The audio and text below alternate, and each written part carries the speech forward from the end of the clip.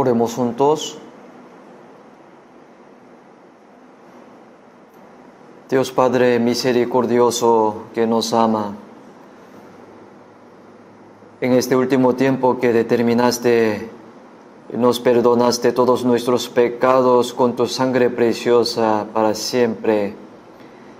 Gracias por salvarnos gratuitamente. En esta hora nosotros que hemos sido redimidos con tu sangre preciosa, estamos reunidos ante ti, alabando tu gloria y gracia, aprendiendo tus palabras. Gracias por permitirnos la santa comunión con el Señor. Ayúdanos a cada uno de nosotros que estamos aquí en esta hora.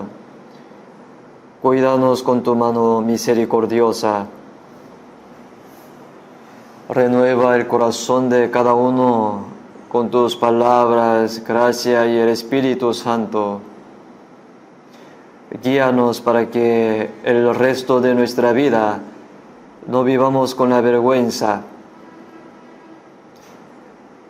Muchas iglesias que están en todo el mundo y los hermanos que están predicando el Evangelio a pesar de muchas dificultades.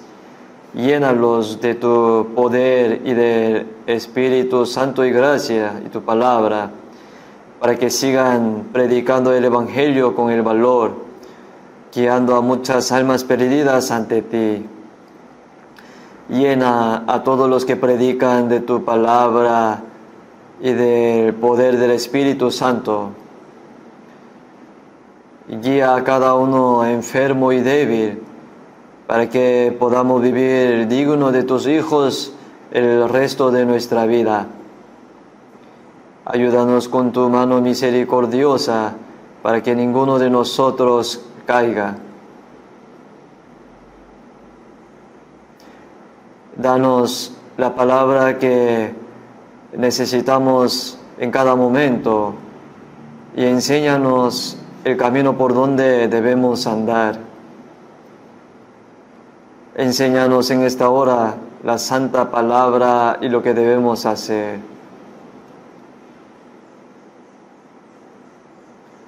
En el nombre de Jesucristo hemos orado. Amén. Busquemos la Biblia, Primera de Corintios, capítulo 9. Primera de Corintios, capítulo 9.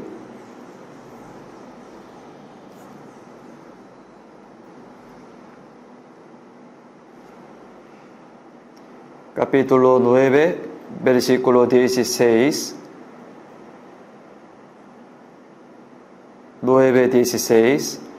Incluso si predico el Evangelio, no tengo nada de que jactarme, porque es algo que tengo que hacer. Ay de mí si no predico el Evangelio. Solo leemos un versículo. Hoy me gustaría hablarles del pecado más grande que podemos cometer los cristianos. No es cómodo hablar del pecado, pero aún así tengo que hablar de ello. En cuanto a aquellos que no creen, como sabemos, no hay pecado moral cometido mientras se vive en la carne que no puede ser perdonado por el amor y la gracia de Dios.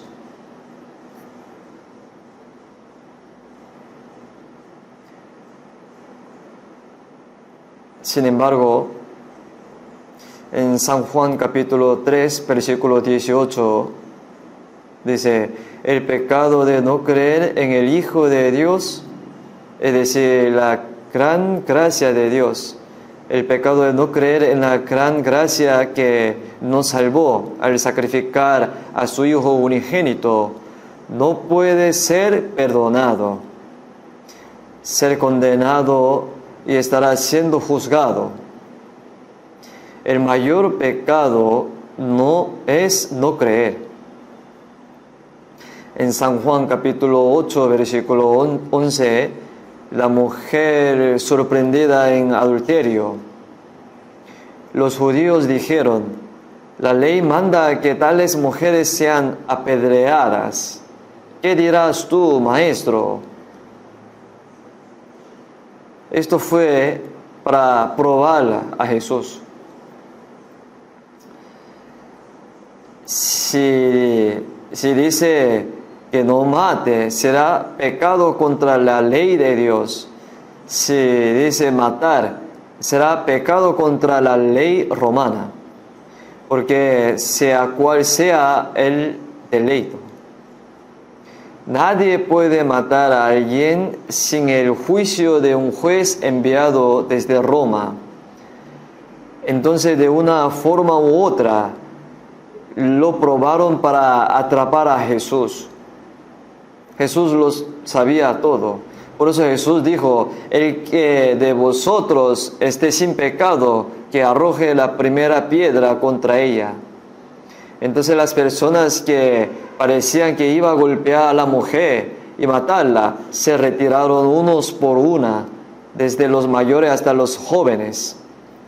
Porque debido a que los mayores habían cometido más pecados como mayores, todos sintieron remordimiento y se alejaron.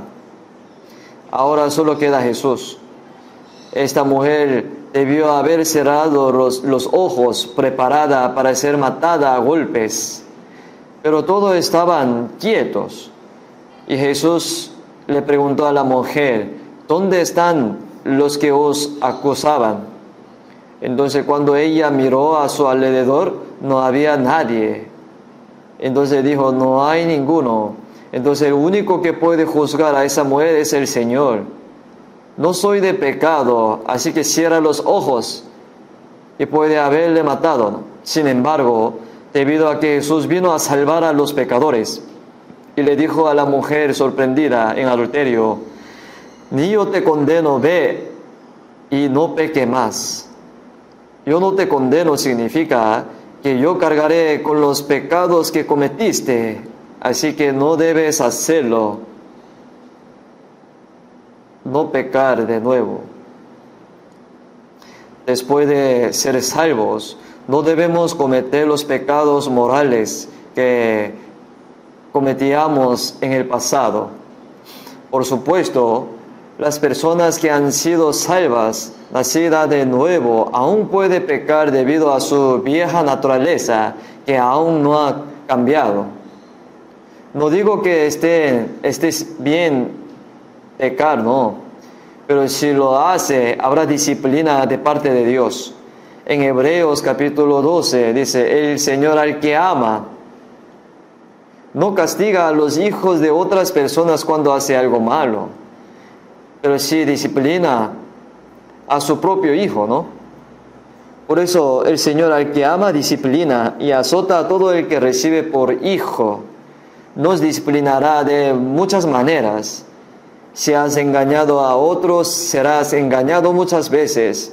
Si has causado daños materiales, habrás sufrido pérdidas aún mayores, tanto en su mente como en su vida.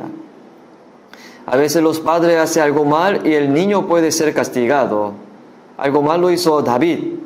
Mató al hijo que había dado a luz. En cualquier caso, si un cristiano salvo comete un pecado, Dios no calla. Por eso le disciplina.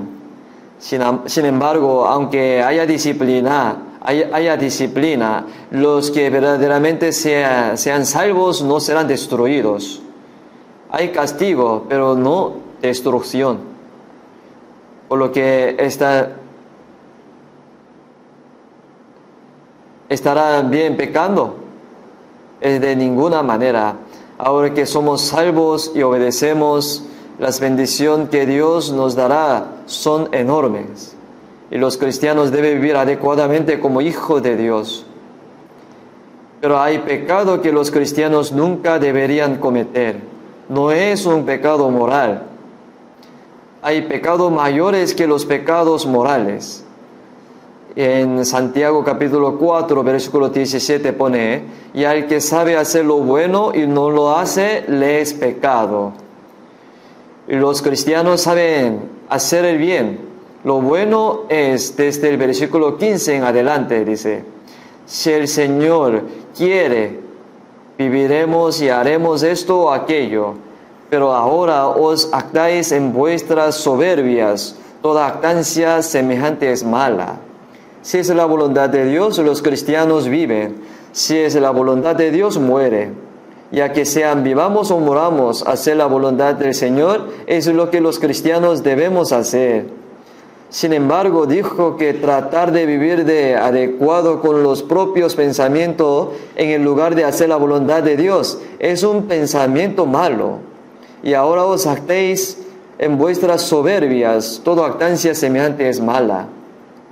Y al que sabe hacer lo bueno y no lo hace, le es pecado, dice. Lo bueno que hacemos los cristianos es hacer la voluntad de Dios. Es pecado que la gente en este mundo haga cosas malas y perversas. Sin embargo, incluso los cristianos, aunque los cristianos no hacen cosas morales malas, pero si no hacen lo bueno es pecado. En otras palabras, conocer la voluntad de Dios, pero no hacerla es pecado.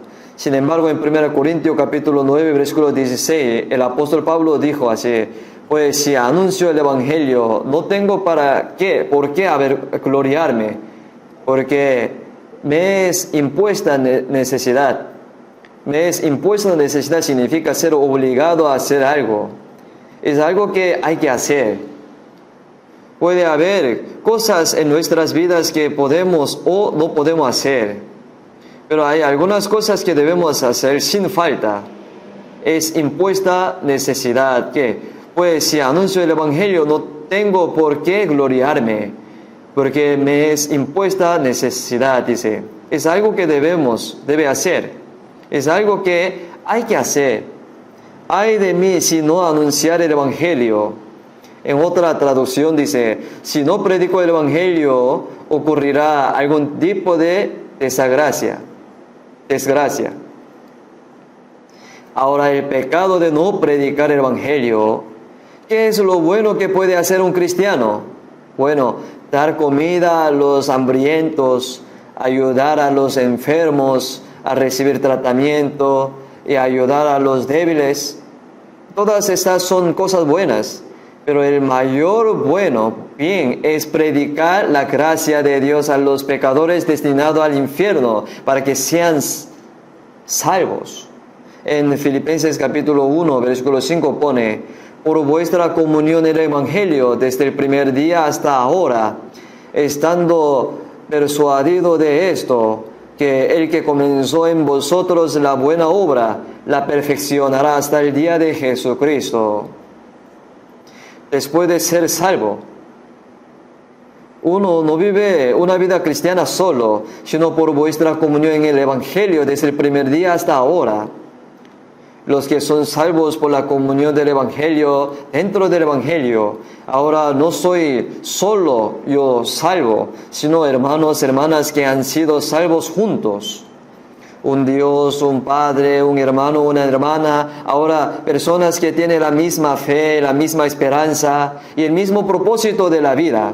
Y entre aquellos que conviven juntos, Dios también está allí. Esa comunión comenzó y luego dijo, estando persuadido de esto, que el que comenzó en vosotros la buena obra, la perfeccionará hasta el día de Jesucristo. Lo que hizo el Señor entre aquellos que tienen comunión fue que comenzó una buena obra, la cual Dios quiere hacer. En Hebreos capítulo 10, versículo 38 pone, como Dios ungió con el Espíritu Santo y con el poder a Jesús de Nazaret, y como éste anduvo haciendo bienes, sanando a todos los oprimidos por el diablo, porque Dios estaba con él. Jesús vino a este mundo, no era un hombre como nosotros, sino que era igual a Dios, pero apareció en forma humana y vino a salvar a los pecadores. Al mismo tiempo, antes de realizar la obra de la salvación, la vida de Jesús se convirtió en un ejemplo para todos los santos que serían salvos más tarde. Entonces, ¿cómo Dios ungió con el Espíritu Santo, con el poder a Jesús? Lo que significa que aquellos que son salvos ahorita tienen el Espíritu Santo, la unción del Espíritu Santo como aceite. Jesús anduvo haciendo bienes. ¿Qué es bienes? Sanando a todos los oprimidos por el diablo, porque Dios estaba con él. Lo bueno que se puede hacer es sanar el alma oprimida por el diablo. Ahora, lo bueno que puede hacer una persona salva es dar el Evangelio a las almas que han muerto en pecados y transgresiones, para que puedan ser salvas, y ayudarles a vivir una vida digna como hijos de Dios. Entonces, la buena obra que hizo el Señor está ahora entre nosotros los salvos. Es lo bueno que se puede hacer para salvar a los que están siendo arrastrados a la destrucción. Hacer buenas obras es la obra más preciosa que Dios nos ha encomendado.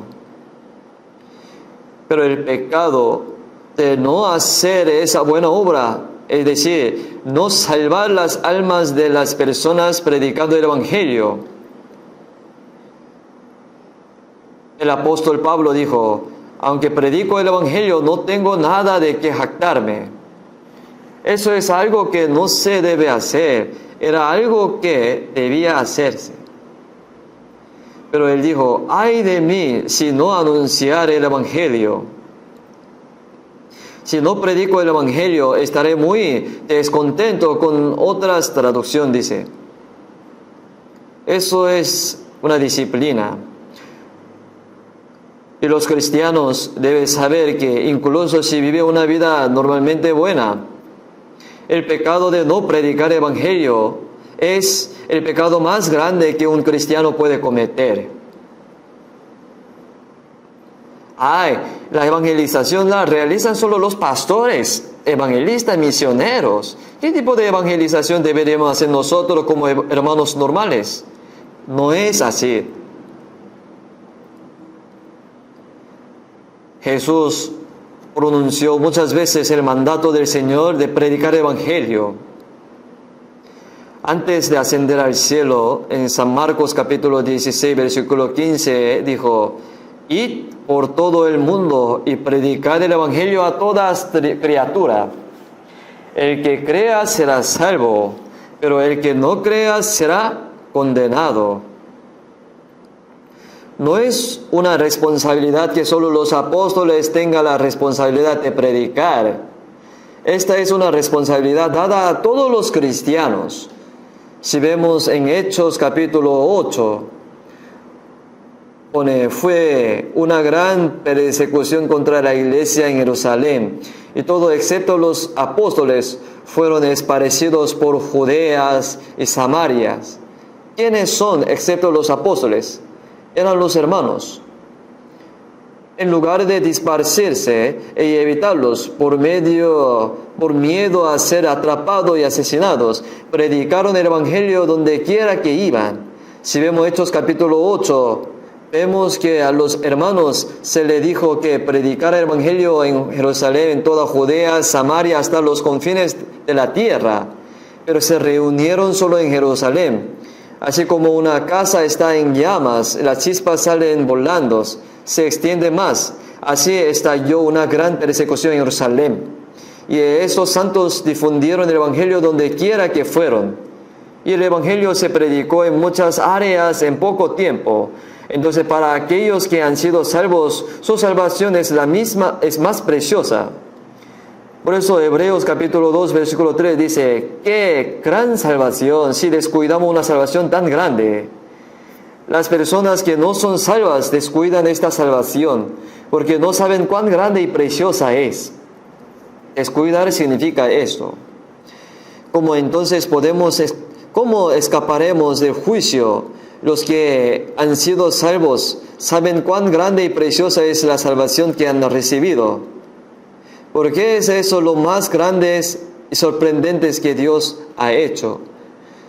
Dios sacrificando a su Hijo unigénito para expiar nuestros pecados y salvar nuestras almas es una obra mucho mayor que la obra de Dios creando y gobernando este universo. con su palabra y poder. No hay nada en la historia de la creación que no pueda hacerse mediante la palabra y el poder de Dios. Y al gobernar la historia humana, hay una cosa que ni siquiera Dios puede hacer, ni siquiera con su palabra y poder. Ni siquiera Dios puede salvar almas con palabra y poder. Pues la paga de pecado es muerte, y que Dios es un Dios justo. La justicia debe juzgar y destruir la paga de pecado. Sin embargo, Dios simplemente perdona y salva a los pecadores. Entonces Dios no sería un Dios justo. Por eso hay que pagar los pecados del lado de Dios. Si una persona quiere pagar por sus pecados, tiene que ir al infierno. ¿Qué debe hacer con eso? Tuvo que enviar a su Hijo unigénito en forma de hombre para tomar sobre sí los pecados del mundo entero y morir en la cruz como ofrenda por pecado. Tenía que derramar la sangre, porque sin derramamiento de sangre no se hace remisión, dice. Entonces, ¿qué es lo más grande que ni siquiera Dios puede hacer a menos que su Hijo unigénito muera? Se trata de salvar a los pecadores. Sin embargo, los creyentes son indiferentes a descuidar tan gran salvación, porque no sabe que cualquier pecado es perdonado, que Dios hizo un gran sacrificio e incluso sacrificó a su Hijo unigénito para salvar a los pecadores. Descuidarlo, eso es lo que significa. Hemos recibido esa tan gran salvación. Sin embargo, por muchos que sepas que tu propia salvación es grande y preciosa, también debes considerar la salvación de las almas de otras personas como grande y preciosa. La obra más grande que hace Dios es salvar a los pecadores. Con ese propósito Jesús murió en la cruz y resucitó. Sin embargo, en el capítulo 20 de San Juan, después de su resurrección, Jesús se apareció a sus discípulos y dijo: la paz con vosotros. Como el Padre me envió, así también yo os envío. El Padre envió a su Hijo unigénito, lo envió como ofrenda por el pecado para salvarnos.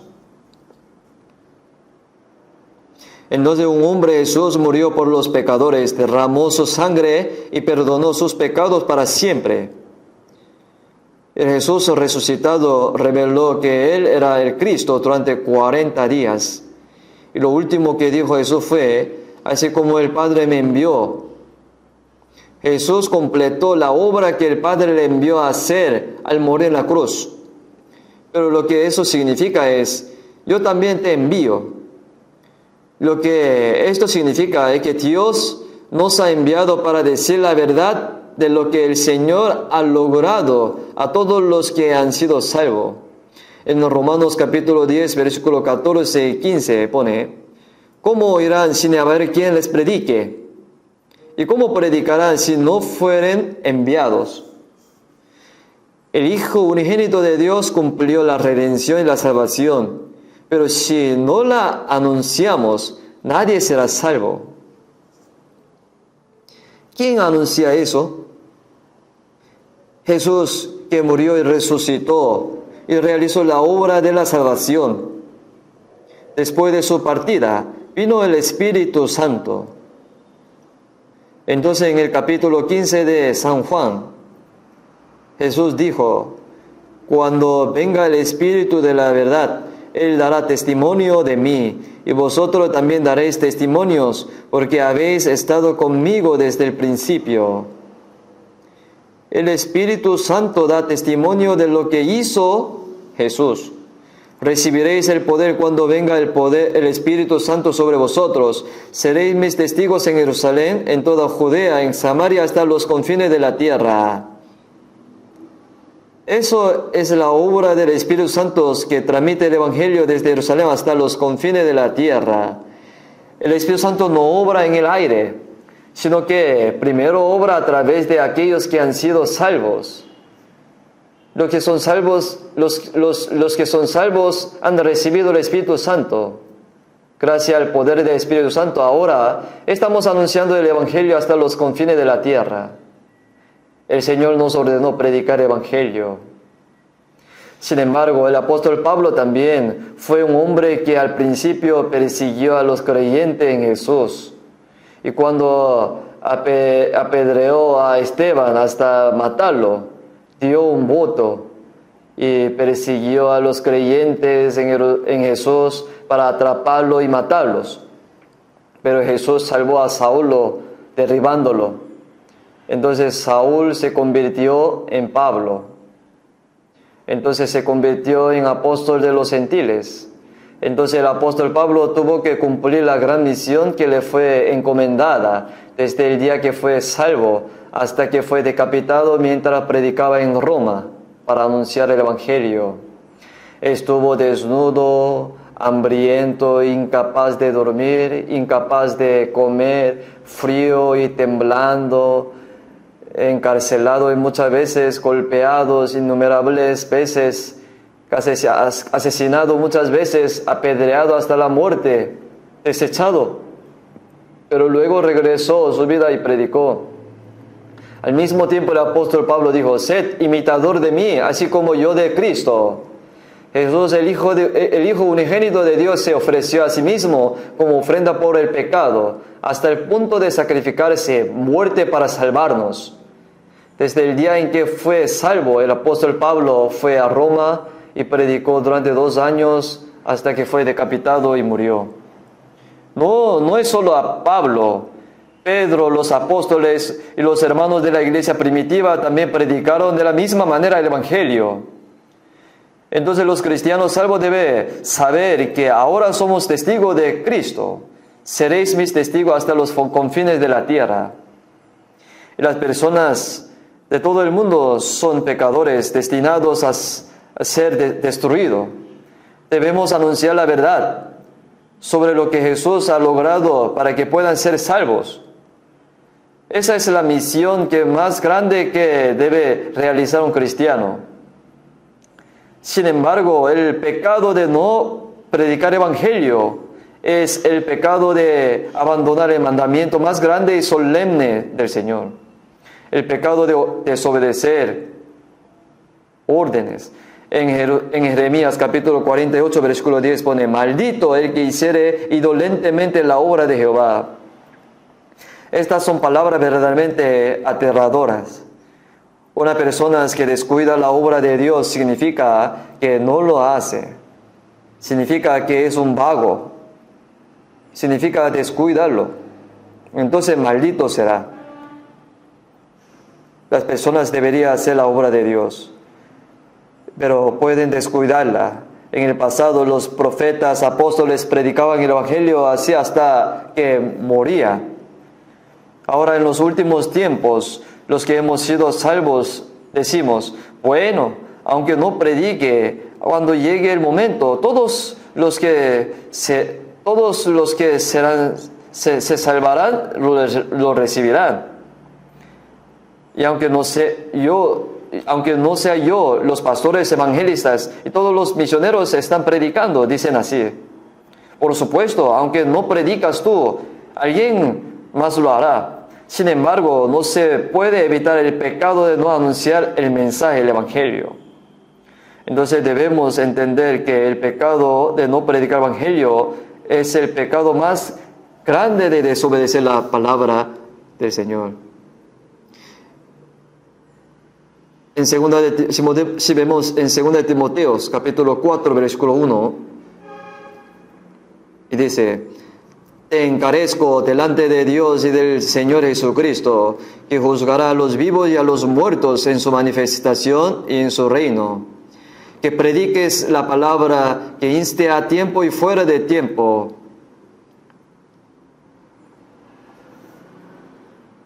Estas son las últimas palabras que el apóstol Pablo le envió a Timoteo antes de morir.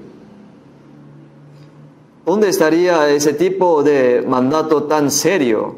Te encarezco delante de Dios, del Señor Jesucristo, que juzgará a los vivos y a los muertos en su manifestación en su reino. Que predique la palabra, inste a tiempo y fuera de tiempo. Si el ambiente es propicio para la evangelización o no. Esto no solo se le da a los apóstoles, se le da a todos los cristianos. No importa cuán grande o pequeña sea la responsabilidad, sino que la misión es la misma. Entonces, no predicar el evangelio es un pecado que abandona el propósito de la vida cristiana. Es el mandato más grande en la tierra que el Señor ha dado a los cristianos. La misión más grande en la tierra que el Señor ha dado a los cristianos. Es decir, el propósito de la vida de los cristianos. En Salmos capítulo 116, versículo 12 pone: ¿qué pagaré a Jehová por todos sus beneficios para conmigo? Y los que ya son salvos por Cristo, el unigénito de Dios que fue juzgado y murió por nosotros. Esa gracia, toda esa gracia, para salvar a un pecador como yo, cruzó las estrellas altas y altas y vino a este mundo baja, humilde, y murió en nuestro lugar por los pecadores, miserables como nosotros.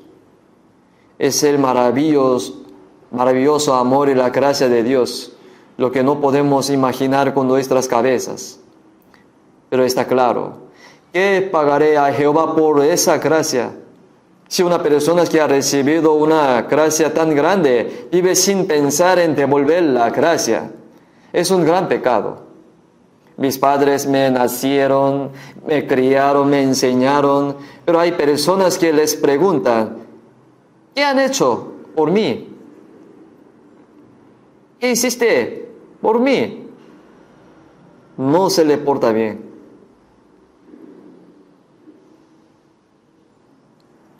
Qué pena. Es una completa tradición a la gracia de sus padres, ¿no? Si los padres lo ven cosas así, se sienten muy tradicionados. Por eso cuando los niños crecen y no piensan en cuidar, ayudar a sus padres, solo les preguntas: ¿por qué no mueren pronto? Por eso los padres se sienten tradicionados al final. Y dice: está bien, moriré rápidamente. Por eso se dice que hay muchos ancianos que se suicidan pronto. Bueno, es muy miserable, ¿no? Y tienes que estar agradecidos de que tus padres estén vivos, de todo modo, para poder devolverles el favor. La gracia de Dios es 100, 1000, 10,000 veces mayor que la gracia de nuestros padres. Cuando somos salvos y recibimos esa gran gracia, nos preguntamos: ¿cómo puedo pagarle todas las gracias que el Señor me ha dado? No solo debemos decir con la palabra, como está escrito en la Biblia, sino también preguntarnos en la Biblia con qué vamos a pagar. Hay muchas maneras de agradecer, pagar al Señor en la Biblia.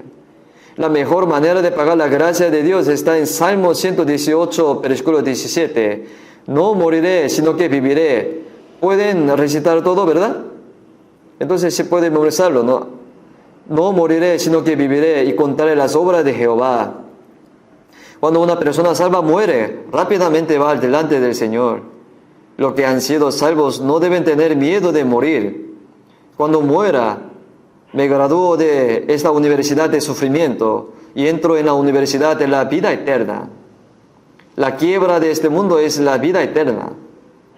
No hay nada que arrepentirse en este mundo. Debemos saber que el propósito de los cristianos que viven en este mundo no es vivir con el deseo de comer bien, vivir bien como otras personas del mundo. Ya sea que vivamos o muramos, sin importar las dificultades que enfrentemos, lo hacemos ahora para el Señor. Lo que Dios ha hecho, contamos. En Salmos 66, versículo 16 pone: venid y oíd todo lo que teméis a Dios, y contaré lo que ha hecho a mi alma. ¿Qué ha hecho Dios por mi alma? Debemos contar la palabra de gran sacrificio de Dios de su Hijo unigénito, incluso muriendo en la cruz para que otros puedan ser salvos. Si anunciamos, algunos serán salvos, ya que escuche o no, hablas mis palabras, dice. Pero este importante mandato del Señor, la misión de los cristianos y el propósito de nuestra vida en la tierra son eso. Cualquier cosa que hagas y sea negocio, comercio, trabajo, cualquier otra cosa que hagas, es un medio. Y ahora el propósito es difundir el Evangelio de una forma u otra. ¿No es así? No puedes olvidar eso. Si un cristiano pierde su misión, el propósito de vivir, es lo mismo que estar muerto. Así que ahora el propósito de vivir sin morir es anunciar la palabra de lo que Dios ha hecho. Vamos a buscar San Juan capítulo 4.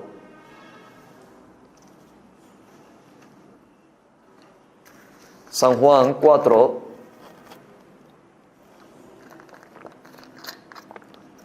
versículo 35.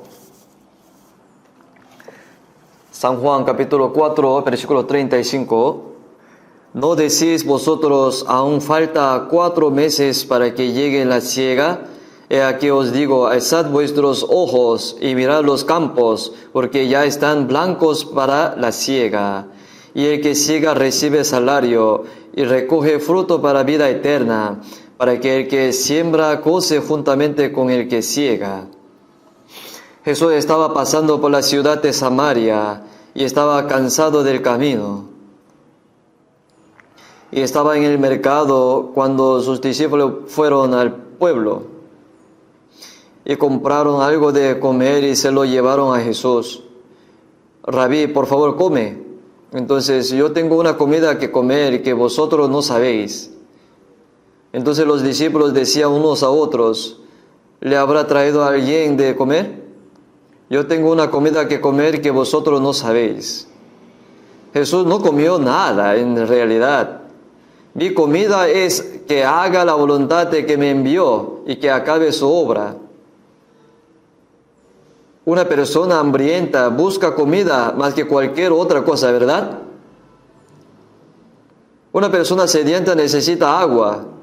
Cuando Jesús estaba más cansado y hambriento, dijo, mi comida es que haga la voluntad de que me envió y que acabe su obra.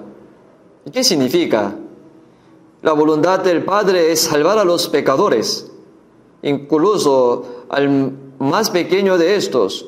No es la voluntad de vuestro Padre que esté en el cielo, que se pierda uno de estos pequeños. Esta mujer samaritana, pecadora, escuchó la palabra del Señor y fue a predicar a su vecindario. La gente del pueblo escuchaba a la mujer y pensaba que algo extraño estaba pasando.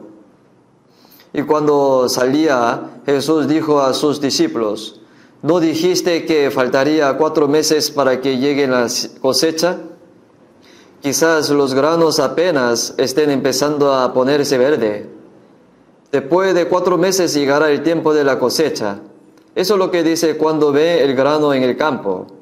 En las palabras de Jesús, alzad los ojos y mirad los campos, porque están blancos para la siega. Jesús está diciendo, levantad los ojos, no los campos, levantad los ojos espirituales y mirad los campos. Este mundo es un campo administrado por Dios. Los samaritanos están saliendo por el medio del campo ahora mismo. Míralo por allá, se han vuelto blancos para la siega. Aunque Jesús aún no había muerto en la cruz, se le dijo bajo la premisa de que Jesús los salvaría mediante su muerte en la cruz y su resurrección. El blanco para la siega, el que siega es segador. Ya recibieron salario y recogieron fruto que lleva a la vida eterna. Una persona salva es un cosechador que había recibido todo el salario. Es una persona que debe anunciar el evangelio hasta su muerte, aunque no dé nada. Recibió salario y recogió fruto que lleva la vida eterna. Si salvas a los pecadores destinos al infierno, se convierte en grano que va al almacén del cielo, que conduce a la vida eterna. Para que se alergan juntos y siembren los que cosechan. El que sembró fue Jesús. El trigo del cielo cayó a la tierra y murió. Y lo que están dando mucho fruto es que ahora estamos predicando el evangelio que el Señor ha cumplido. Somos un segador. No importa qué tan maduros estén los granos si se cosecha. Si no se cosechan, simplemente se secará y morirá después del tiempo de la cosecha. Estuve allí la última vez mientras iba al seminario de Jeonju. Miré por la ventana del tren y cuando miré hacia afuera vi espigas de arroz amarillas en los campos. Fue más de la mitad. Y en algunos lugares se han recogido todos y en otros todavía quedan algo. Y vi que había cosechado aproximadamente tres cuartos del campo. Probablemente ahora ya hayan cosechado todo. Mientras lo miraba, recordé la palabra de Jesús. Alzad los ojos y mirad el campo, están blancos para la siega. ¿No deberíamos cosecharlo rápidamente antes que pase el tiempo de la siega? El que cosecha ya recibió el salario, recoge fruto que lleva a la vida eterna. Recibir salario significa, los que han sido salvos ya han recibido toda la gracia de Dios. Así que aunque nadie dé nada, hemos recibido salario.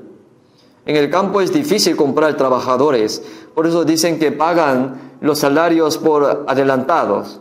Y luego cuando llega el momento de trabajar, llama a esa persona y trabajan. Y luego como recibieron un salario, deben trabajar. Asimismo, todos los que han sido salvos y los que predican ya han recibido su salario, entonces ya somos deudores. Todos los que se salvan son como trabajadores de la cosecha que recibieron un salario. Ya no es sorprendente que estamos recogiendo fruto para la vida eterna, que no es la clase de grano que se come, que se deja atrás, sino que estamos recogiendo frutos para vida eterna, que ahora va al almacén del cielo. ¿No es maravilloso? Para que los que siembran y los que cosechan se regocijen juntos. El Señor murió como un grano de trigo para salvarnos y debemos cosechar lo que el Señor sembró. Por eso nos regocijamos con el Señor. Entonces si anunciamos el Evangelio, muchas almas se salvan. Cuando estemos ante el Señor que ha cumplido la obra de la salvación, y nosotros, los que difundimos el Evangelio, nos regocijaremos grandemente con el Señor. Si vemos San Mateo capítulo 9, versículo 36. Y al ver las multitudes tuvo compasión de ellas, porque estaban desamparadas, dispersas como ovejas que no tiene pastor. Entonces dijo a sus discípulos: a la verdad la mies es mucha, mas los obreros pocos. Rogad pues al Señor de la mies que envíe obreros a su mies. Hay muchos que cosechar. Ya pasó la temporada de cosecha de los granos que están maduros en los campos. Pero solo hay unos pocos segadores, obreros. ¿Qué vas a hacer al respecto? Ya que las personas que deberían cosechar simplemente están sentados haciendo otras cosas. La mies es mucha, pero los obreros pocos. Se lamenta el Señor. La era de la gracia está por terminar. El día de regreso del Señor está cerca. Y ha llegado el momento para que aquellos que no han sido salvos enfrenten el juicio final. Hay demasiadas personas no salvas a nuestro alrededor, ¿no? Todavía hay personas en nuestras familiares que no han sido salvas, vecinos, amigos y familiares. Y todo el que está afuera es un alma preciosa creada a imagen de Dios. Y Jesús murió por ellos también. Pero esto no lo saben ellos, ¿verdad? ¿Qué deberíamos hacer? Tenemos que decirlos. Por tanto, debemos cosechar rápidamente antes que termine esta temporada de cosecha. Y en Proverbio capítulo 10, versículo 5 dice: el que duerme en el tiempo de la siega es hijo que avergüenza. El tiempo de la cosecha es muy ocupado. No hay tiempo para descansar, debido a que tenemos que trabajar tan duro sin siquiera tener tiempo para comer. Tenemos que cosechar todo rápidamente antes que pase la temporada de cosecha. En el tiempo pasado se decía que los estudiantes, incluso los de escuela primaria, tenían vacaciones temporales durante la temporada de cosecha para que recojan por lo menos algunos granitos. Pero esta temporada de cosecha está por terminar. Hay mucho que cosechar todavía.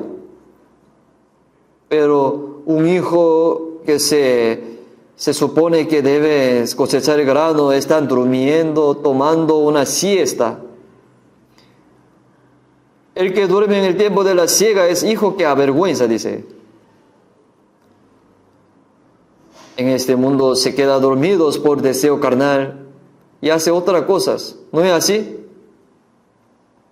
Si no lo hago, otro predicará, así dice. Pastores y predicadores están trabajando duro. Si es verdad, ellos están trabajando duro para salvar. Entonces, ¿no eres responsable de predicar?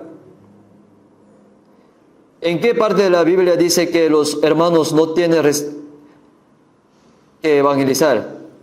Si descuidas una salvación tan grande, sabes que tu propia salvación es grande y preciosa. Entonces, ¿por qué descuida la salvación de las almas de otras personas? ¿Por qué lo desprecia e ignora? ¿Estará bien? En 2 de Corintios capítulo 6, versículo 2 pone: he aquí ahora el tiempo aceptable, he aquí ahora el día de salvación. ¿Cuándo es el momento de ser salvo? Ahora. Cuando predicamos a los no creyentes, dicen: oh bueno, necesito ser salvo, por cierto, pero ahora estoy ocupado, así que lo haré poco a poco. En general, estas personas no pueden salvarse. El diablo los seguirá convenciendo así. Está bien, poco a poco, hasta morir. Un día una persona puede morir repentinamente, ¿no? Puede morir de repente a causa de un desastre, o un accidente de tránsito, o por una enfermedad. ¿Qué tan frágil es nuestra vida física? Hay que recibir la salvación antes de morir, ¿verdad? ¿Por qué está muy ocupado por muchas cosas? ¿Por qué hacen así? Porque no saben nada. Porque descuidamos una salvación tan grande. Sin embargo, si una persona saben que su propia salvación es grande y preciosa, también debe considerar grande y preciosa la salvación de las almas de otras personas y no descuidarla. Ya que sea salvo o no, yo no lo sé. Después de algunos intentos, dejan de predicarlos. Se rinde. No puede hacer así. Debemos continuar. Si descuidas la salvación de las almas de otras personas, no podrás salvarlas. Debemos comprender cuán grande y preciosa es la salvación. Así que ahora la era de la gracia está llegando a su fin. ¿No sabes que la venida del Señor está tan cerca? ¿Qué pasará cuando venga el Señor? Nosotros ya iremos ante el Señor, pero los que no son salvos perecerá para siempre. ¿No eres responsable de eso? Si descuidamos la grande y preciosa, asombrosa salvación que Dios logró mediante el sacrificio de su Hijo unigénito, entonces no evangelizar lo que fueron salvos, primero, es un pecado. Si no lo hace, no podrá salvar esa alma.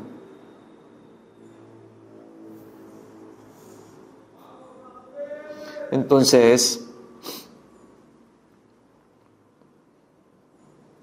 en Romanos capítulo 10, versículo 14, pone: ¿y cómo oirá sin haber quien les predique? Si mantenemos la boca cerrada y no predicamos, nadie se salvará. Conocemos la promesa: cree en el Señor Jesús, tú y tu casa serás salvo. Si eres salvo primero, la puerta a la salvación en esa casa estará abierta. Entonces, ¿eso significa que su familia será salva automáticamente? No. Debes orar para que tu familia sea salva. Como alguien que ha sido salvo, debes dar el ejemplo. Debemos seguir evangelizando con un corazón sincero. Tenemos que ser persistentes. Entonces, si no se predica el Evangelio, nadie podrá salvarse. ¿Y cómo predicarán si no fueren enviados? Y como el Padre me envió, así también yo os envío, dice. Somos enviados primero. ¿Por qué vivimos personas salvas en esta tierra? ¿Viven porque no pueden morir? ¿O porque se arrepienten de algo en el mundo? No. Por nuestro propio bien. Es 100 veces mejor ir rápidamente ante el Señor.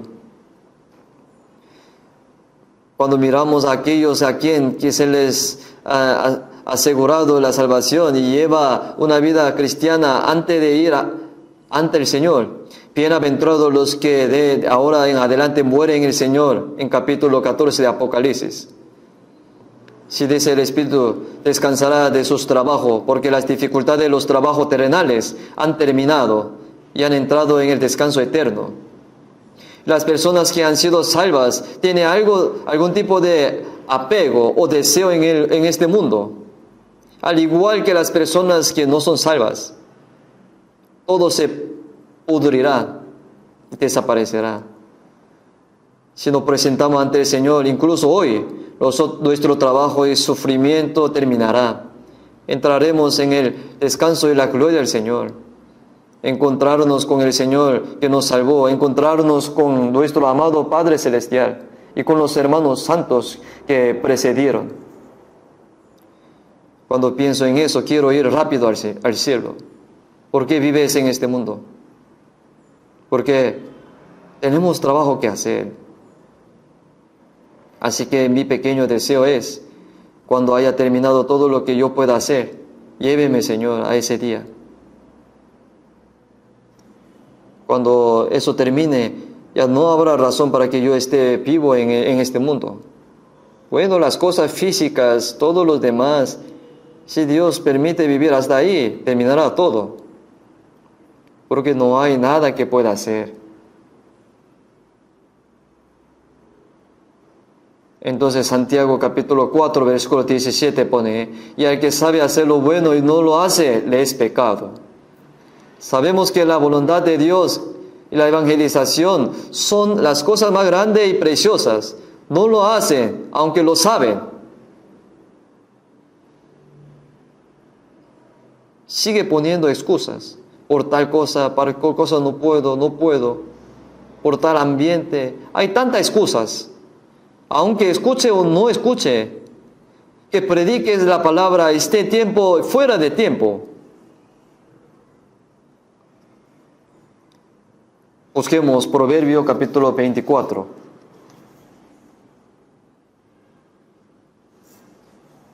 Proverbios 24.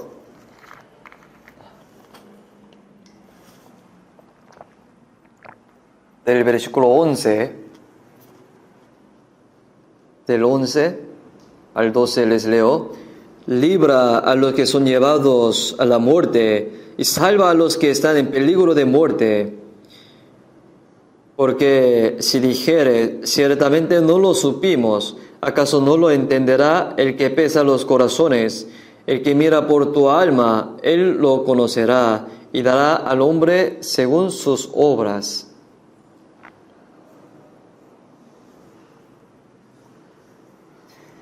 Estas palabras son en realidad palabras temibles. ¿A quién le dio eso? ¿A quién? Que han sido salvos.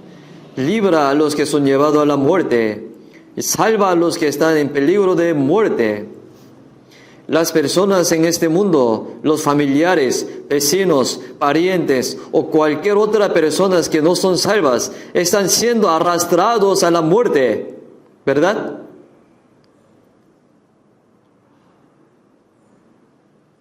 Salva a los que están en peligro de muerte. Salva a los que el diablo está arrastrando al infierno. Significa que no permita que perezcan. Significa ayudarle a ser salvo. Porque si dijeres, ciertamente no lo supimos, ¿acaso no lo entenderá el que pesa los corazones? El que mira por tu alma, él lo conocerá y dará al hombre según sus obras. No lo supimos, no lo sabía. Se están arrastrando al infierno, pero realmente no lo sabías. Eres bueno mintiendo. Después de que Caín mató a Abel, y Dios les dijo esto a Caín: ¿dónde está Abel tu hermano? Él dijo: yo no sé, ¿soy el guardia de mi hermano? Decían que no lo sabía, aunque no lo ha matado. La voz de la sangre de tu hermano clama a mí desde la tierra. ¿Cómo clamaría? Dios mío, mi hermano Caín me mató, por favor, venga a este enemigo.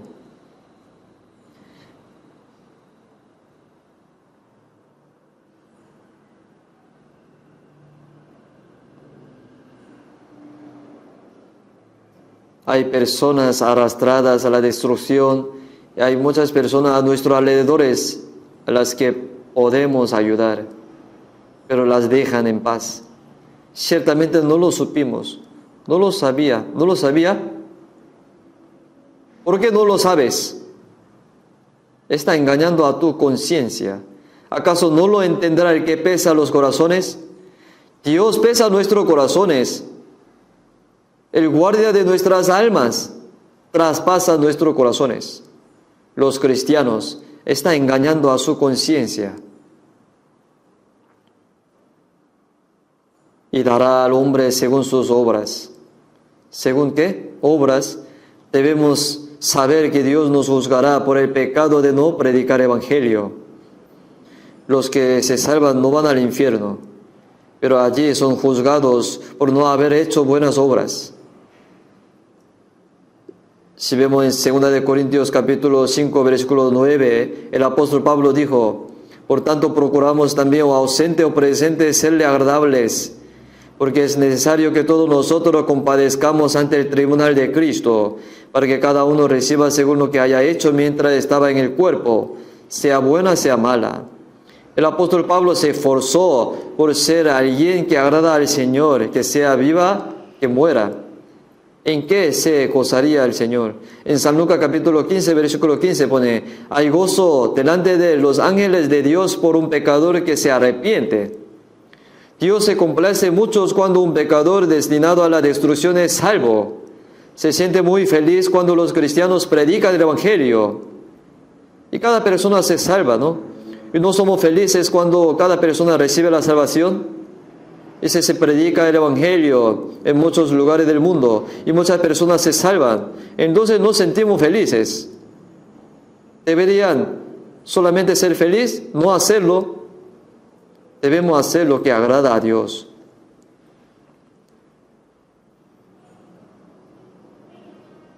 Lo que agrada a Dios.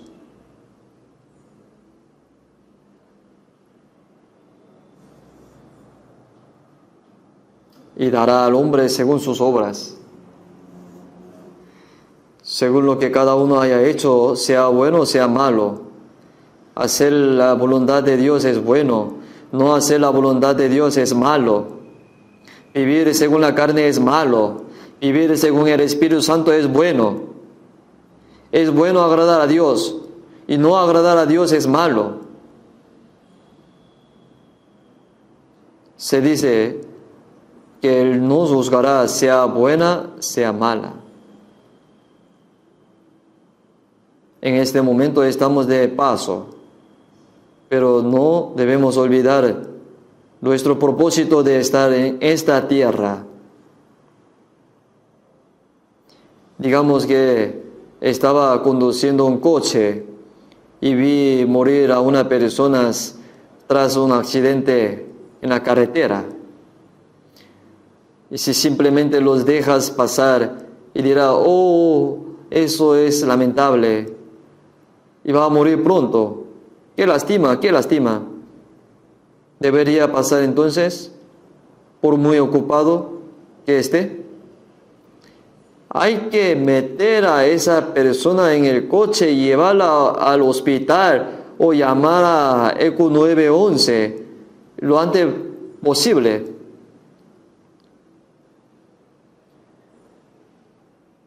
Es justo intentar salvar a esa persona de alguna manera, ¿verdad? Si pasa de largo después de ver a alguien a punto de morir, te conviertes en un asesino indirecto, ¿no es así? En San Lucas capítulo 10 hay una parábola de Jesús. Un hombre descendía de Jerusalén a Jericó y cayó en manos de ladrones, y los ladrones lo desnudaron y golpearon, dejándolo medio muerto. Pero un sacerdote que pasaba por allí lo vio y le dijo: «Oh, te encontraste con un ladrón, está a punto de morir, es una lástima». Ahí pasó de largo. Cuando lo vio y pasó evitándolo: «Estoy ocupado», fingió no verlo y pasó de largo el sacerdote. Y luego un levita, es una persona que sirve en el templo, también lo vio el levita y pasó evitándolo.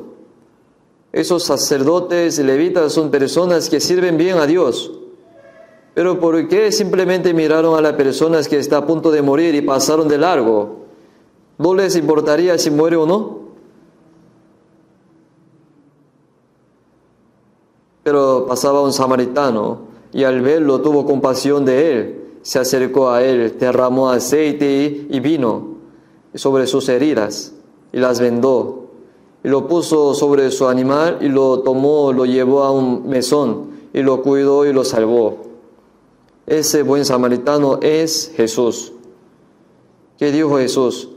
Ve y haz lo mismo. Una persona salva debe convertirse en un segundo samaritano, así como el Señor me salvó a mí. Hay alguien muriendo, simplemente pasas de largo, lo está evitando. ¿Sería posible evitar la presencia del Señor?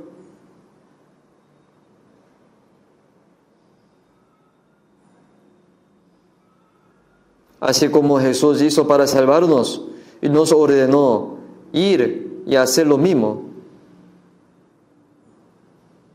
Y además, como ya no tengo mucho tiempo, hablaré rápidamente sin buscar la Biblia. Si al ver Ezequiel capítulo 3, versículos 17 y 19, Dios advirtió al profeta Ezequiel: «Te he puesto como atalaya sobre la casa de Israel. Escucha la palabra de mi boca, adviértelas de mi parte. Cuando yo dijere al impío, de cierto morirás, y tú no le amonestares ni le hablares, para que el impío sea apercibido de su mal camino, a fin de que viva. El impío morirá por su maldad, pero su sangre te mandaré de tu mano». Este atalaya tiene dos significados. Es una persona que ve de lejos, y el siguiente es el vigilante, como dice estos días. Hace guardia y comprueba si el enemigo viene o no. Entonces tiene que permanecer despierto. Tienes que ver al enemigo venir desde lejos y tocar la trompeta cuando lo vea. Deberían tocar la trompeta de advertencia. ¿Estará bien no tocar la trompeta durante la noche cuando el enemigo está atacando? Por eso, si el atalaya muere por no haber tocado la trompeta, le demanda la sangre de ellos. Por lo tanto, escuche o no escuche, que pronuncie la palabra de mi boca. Así dice el Señor Dios: el que oye, oirá; el que no oye, no escuchará, porque son rebeldes. Aunque lo escuche o no, tenemos la responsabilidad de anunciar la palabra. No soy responsable si no escuche mi mensaje. Sin embargo, si no lo anuncio, soy responsable de ellos. Somos vigilantes, atalayas. Si no predicamos el Evangelio sabiendo que se va al infierno ellos, es igual que no tocar la trompeta viendo venir el enemigo. Y en Romanos capítulo 1, versículo 16, el apóstol Pablo dijo: «Porque no me avergüenzo del Evangelio, porque es el poder de Dios para salvar a todo aquel que cree».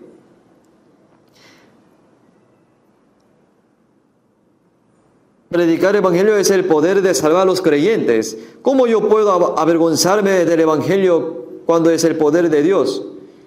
En el pasado, cuando la gente que decía que creía en Jesús le daba vergüenza compartiendo el folleto, la invitación, decía, oh, crea en Jesús, hablaba con vergüenza, a pesar de que estaba repartiendo folletos. ¿Tanto te da vergüenza evangelizar?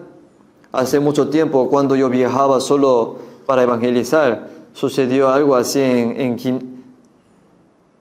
algunas personas que habían sido salvas se estaban reuniendo allí, pero dije allí a ellos, les dije, había bastante diáconos, madre de la iglesia, por favor hazme algo de ropa, haz una de estas medidas túnicas con un borde como Jesús, el cielo en el frente, y atrás arrepentíos y creen en el Evangelio en la espalda. Entonces me preguntaron, ¿qué vas a hacer? Andar vestido así. Si camina vestido sin nada más que diciendo cosas como arrepiéntete y cree en el Evangelio, la gente lo leerá. Entonces lo que la gente dijo eso, Dios mío, es por vergonzoso, no lo hagas. En ese momento uno de los diáconos fue salvo y el apellido es el señor On, y nunca lo olvido. Me dijo, lo haré por usted. Entonces me puse un abrigo de color oscuro y una media chaqueta y escrito Jesús, el cielo, y luego arrepentíos y creen en el Evangelio. Entonces me lo vestí con la Biblia y aunque no digo nada, lo ven así. Dice Jesús, el cielo, resurrección y vida eterna, arrepentirse y creer en el Evangelio. Todo lo leían. Incluso cuando yo subía al autobús y solo leía por dentro y por atrás. Fue divertido. Al principio era un poco tímido, pero yo pensaba, ¿qué tan vergonzoso será? Me avergonzaba al inicio, pero después de un poco tiempo no había nada de qué avergonzarme. Incluso si me subía al tren, si tomaba un paquete de folleto, usaba esa ropa. Una vez, mientras estaba predicando en un tren, sentado justo al lado de la ventana, alguien me llamó tocando las ventanas afuera. Y yo abrí la puerta y alguien me dio el dinero. Dios mío, ¿por qué? Porque estaba emocionado, conmovido. De todo modo, así no tuve nada de que avergonzarme más adelante y luego me quité la ropa y cuando lo quité, un hermano me pidió que se lo diera y lo di.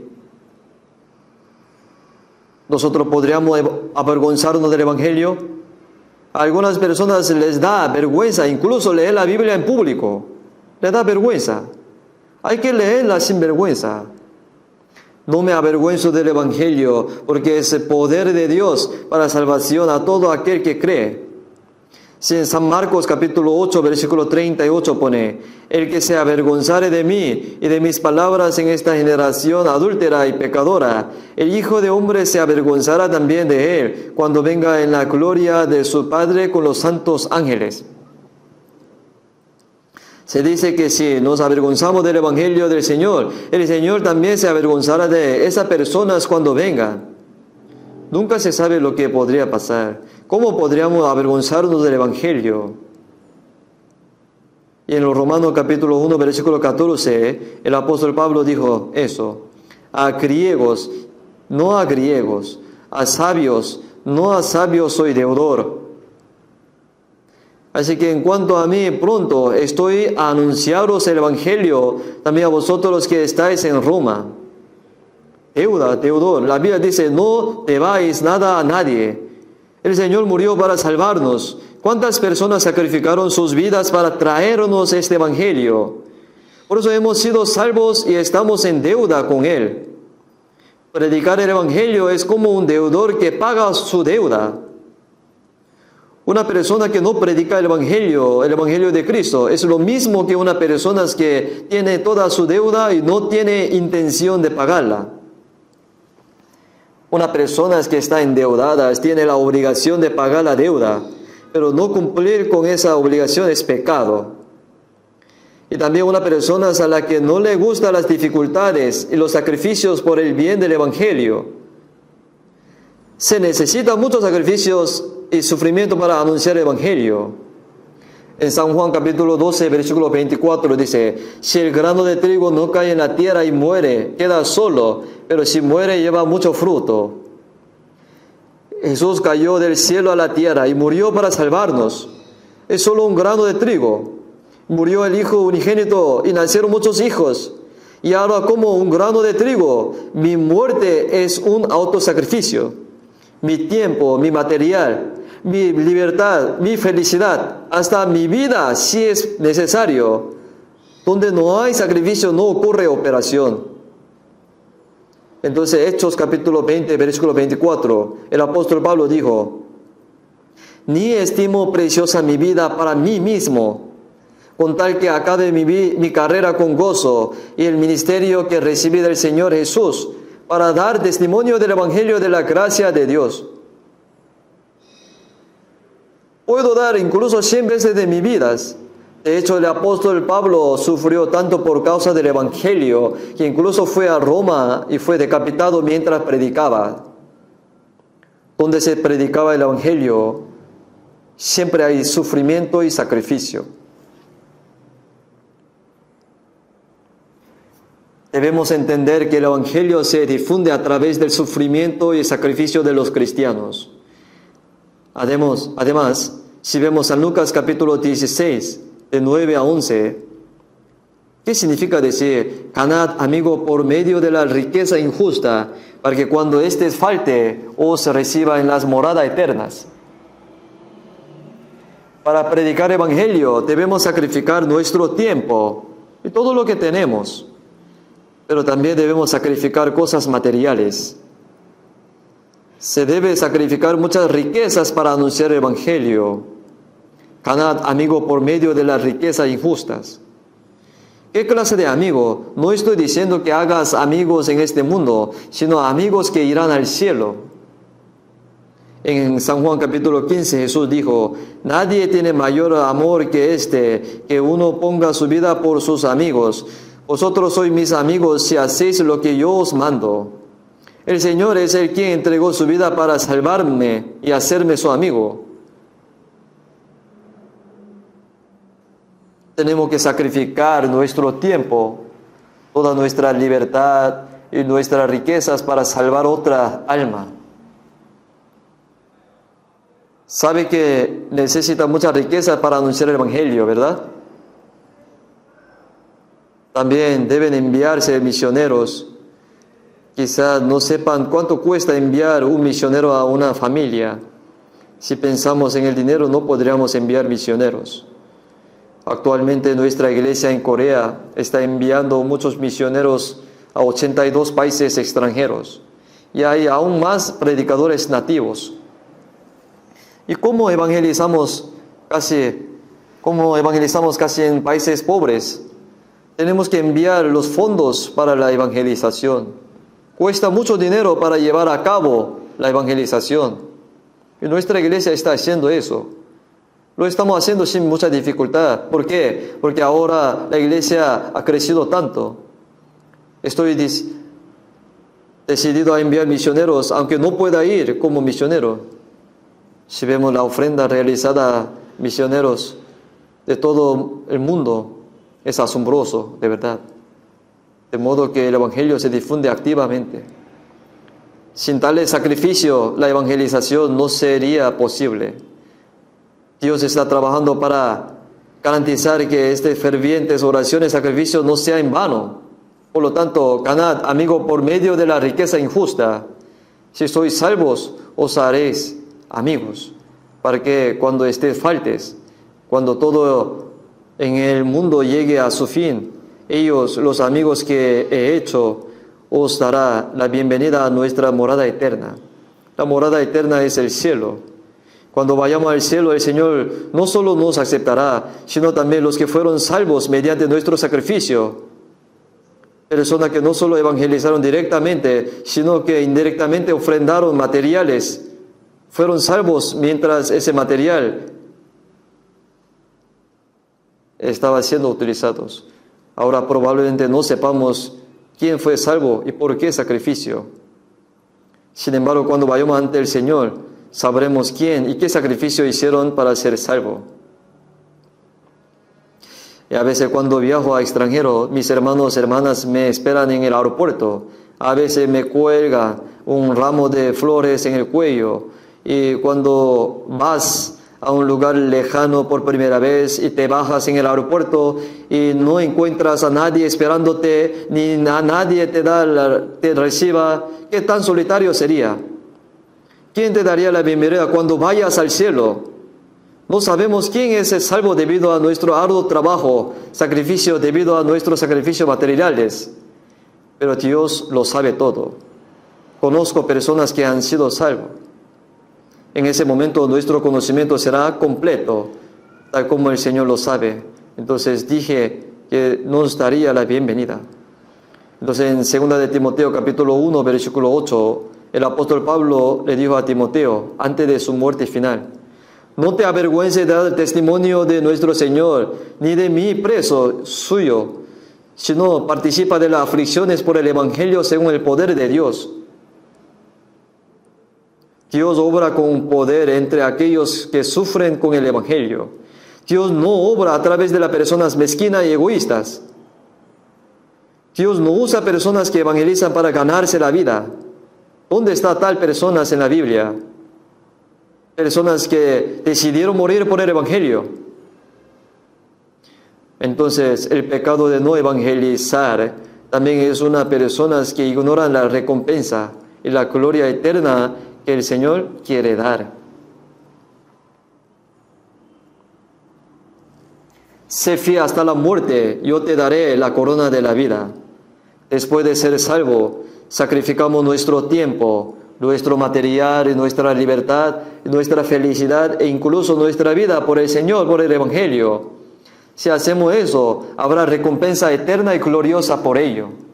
Romanos capítulo 8, versículo 17 pone: si es que padecemos juntamente con Él, para que juntamente con Él seamos glorificados. Pues tengo por cierto que las aflicciones del tiempo presente no son comparables con la gloria venidera que en nosotros ha de manifestarse. Y sufrimiento y sacrificio son temporales, pero la gloria es eterna. En 2 de Corintios capítulo 4, versículo 17 pone: porque esta leve tribulación momentánea produce en nosotros cada vez más excelente y eterno peso de gloria. ¿Cuánto podría sufrir por el Evangelio en este mundo? Sin embargo, la gloria que da el Señor es gloriosa y eterna. ¿Pero no te gusta? Alguna persona dice así: oye, ¿qué haces si recibes esa recompensa? Yo solo me voy al cielo, basta. Si hubiera sabido que esto sucederá, habría vivido una vida más valiente, pero vivió una vida cobarde debido a este cuerpo sin valor, lo descubrirá. En 1 Corintios 15, 58 dice: así que, hermanos míos amados, está firme y constante, creciendo en la obra del Señor siempre, sabiendo que vuestro trabajo en el Señor no es en vano. Porque el Señor os recompensará con estas cosas eternas, gloriosas. Por eso debemos trabajar duro antes de presentarnos ante el Señor.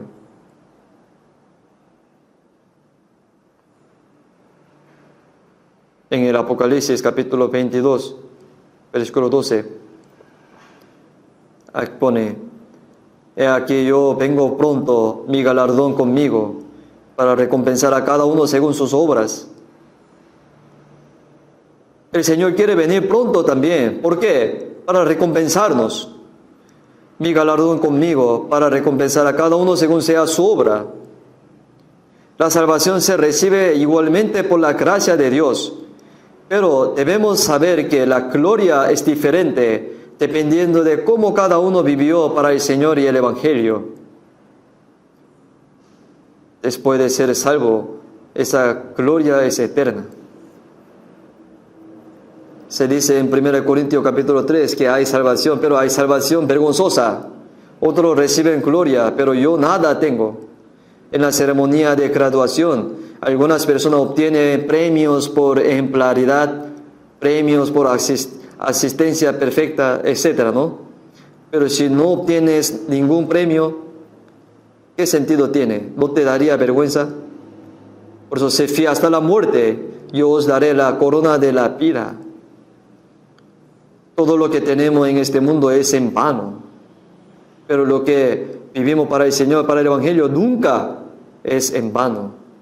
Sin embargo, hay personas que dicen que son salvas, pero no tienen ningún interés en la evangelización. ¿Solo se acabará con la salvación? ¿Estás seguro de que eres salvo? Cuando veo gente así, honestamente dudo de su salvación. ¿Realmente la recibió o no? ¿Está el amor y la vida del Señor en esa persona? Hay alguien muriendo a tu lado, pero no tiene ningún deseo de mirar atrás. Si ve a alguien que se muere de hambre, ¿no le compraría al menos pan? Si alguien cae al agua a pasar, ¿no te lanzaría e intentaría salvarlo? ¿Qué vamos a hacer con los pobres almas que nos rodean? Hay muchos que debemos hacer para predicar el Evangelio. Así que mientras recogemos el grano del tiempo, antes que pase la temporada de cosecha ya casi está. Todo el grano de campo ya debía haber sido cosechado. Sin embargo, en Jeremías capítulo 8, versículo 20 pone, pasó la siega y terminó el verano, y nosotros no hemos sido salvos. La cosecha pasó, el verano ya pasó, el grano en el campo dice, nadie nos salva, nos recoge. Estamos esperando las guadañas de segador, pero no hay ningún segador. La temporada de cosecha está por terminar.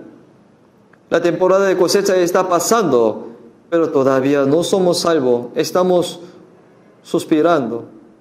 ¿Qué vas a hacer? ¿Vas a fingir que no escuchaste? Tenemos que hacer algo. Si hago lo mejor que puedo, Dios obrará a continuación. Entonces, antes que venga el Señor, antes que termine la era de la gracia, antes que llegue la noche en que no podamos trabajar, debemos predicar rápidamente el Evangelio del Señor para que muchas almas puedan ser salvas. No se está llevando a cabo activamente la obra de la salvación de Dios en todo el mundo a través de nuestra iglesia. Por eso debemos orar juntos, colaborar juntos, anunciar el Evangelio juntos, sacrificar juntos para lograr la obra del Señor. Oremos juntos. Dios Padre Santo y Misericordioso, tuviste la misericordia de nosotros cuando estábamos lejos de ti en medio de pecado. Recibiste el juicio y la maldición que nosotros debíamos recibir. Gracias por salvarnos gratuitamente y perdonarnos con tu sangre preciosa. Y nuestro cuerpo y alma son tuyos. Deseamos vivir el resto de nuestra vida para el Señor y el Evangelio. Hay muchas almas perdidas a nuestro alrededor. Sabemos que si no predicamos, ninguno de nuestros familiares, parientes, vecinos podrán recibir la salvación. Ayúdanos a no desperdiciar la oportunidad que nos diste y a usar de manera preciosa nuestro tiempo, nuestra material, nuestra libertad para tu gran operación, para predicar el Evangelio. Utilízanos preciosamente para tu voluntad. En el nombre del Señor Jesús hemos orado. Amén.